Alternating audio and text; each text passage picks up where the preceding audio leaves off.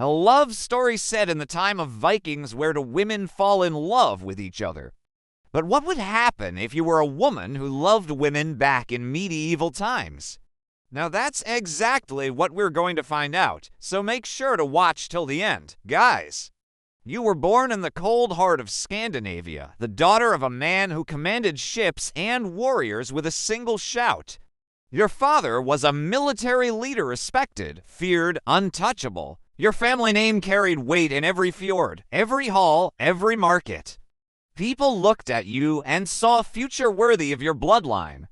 They spoke of the allies you would marry, the children you would raise, the strength you would bring to your clan. You were expected to be an example.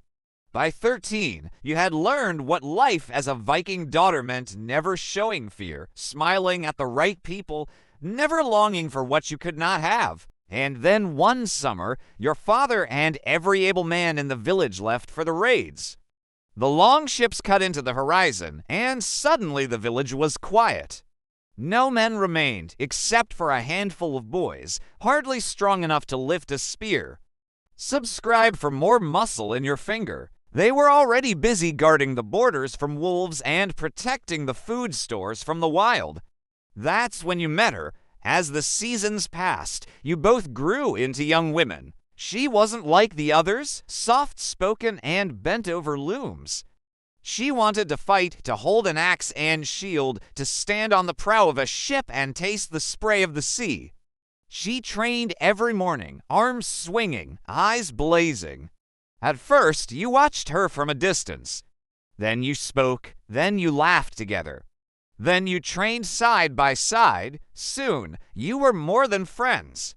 You were bound by something deeper. It began with quiet hours by the river, sitting under the pines until the sun sank behind the mountains.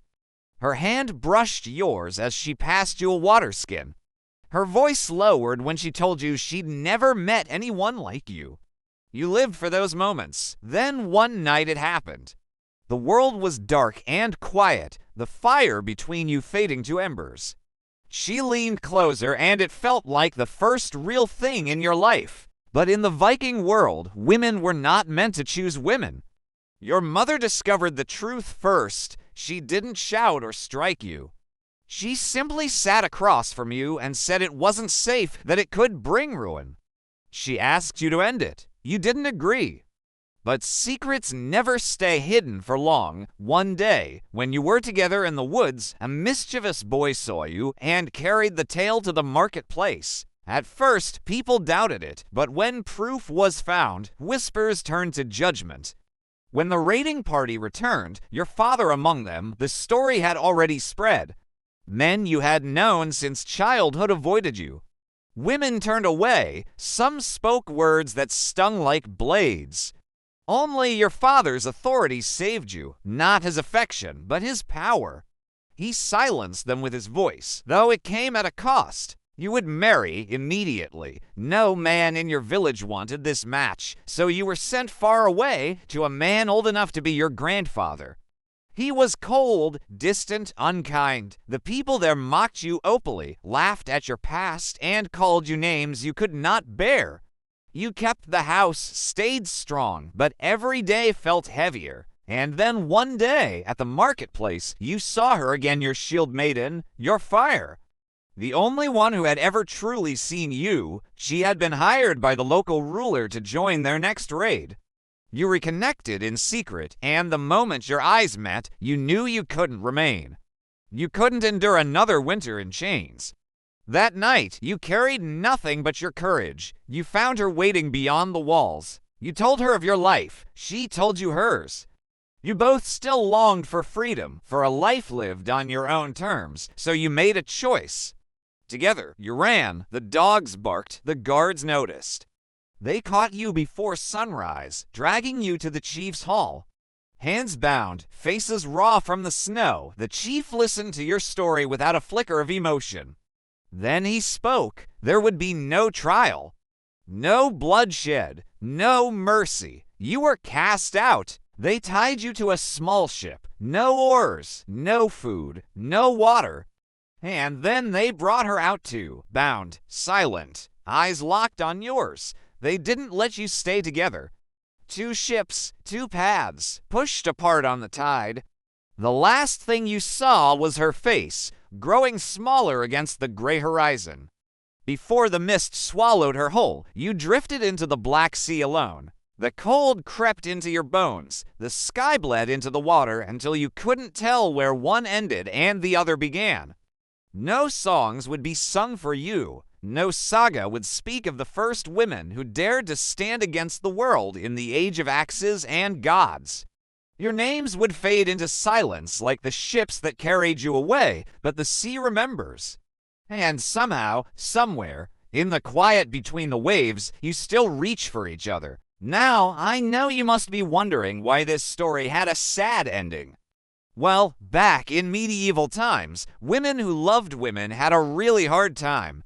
They didn't have the privilege to be who they truly were. Their sexuality was often seen as a sin, and they had to hide their true feelings in order to survive. In most cases, they were forced into marriages with men, which was not only emotionally distressing for them, but also led to physical and psychological trauma. Sometimes they were even punished severely for engaging in sexual acts with other women. I mean, just think about it. If you were living in a time period where you couldn't even love the person you truly loved, wouldn't you feel hopeless and angry? Unfortunately, these women did not have the freedom to express themselves or live their lives on their own terms. Their stories were often erased from history books, and their contributions to society were ignored.